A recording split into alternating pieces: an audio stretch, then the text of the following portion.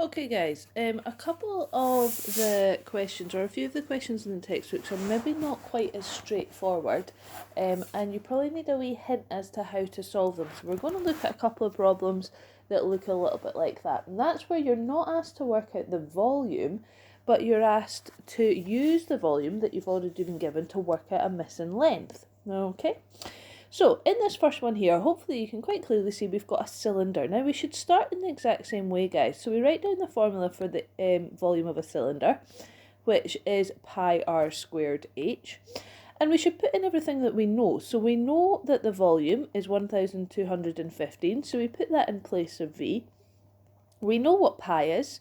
We know the radius is 8, and we're trying to work out the height. So we keep that h there.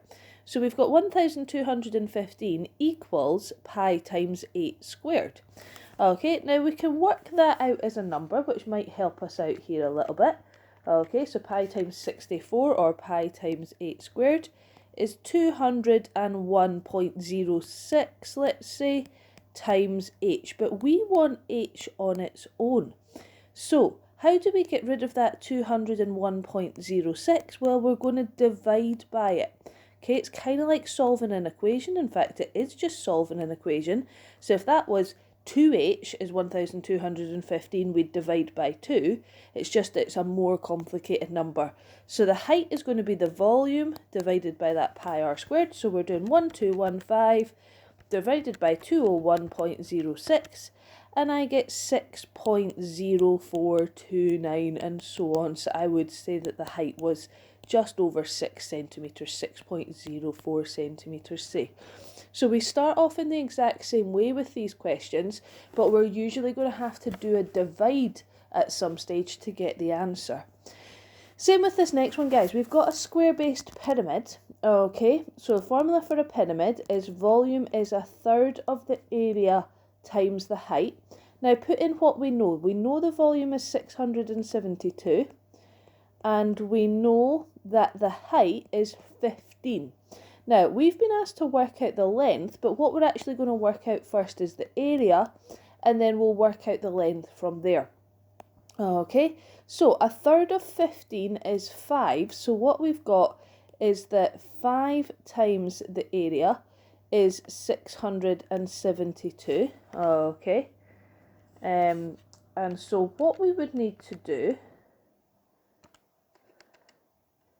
I'm actually just going to change this number a little bit, guys, because this hasn't worked out in the way that I thought it would. Okay, so what we're going to do is we're going to change the volume instead to 245.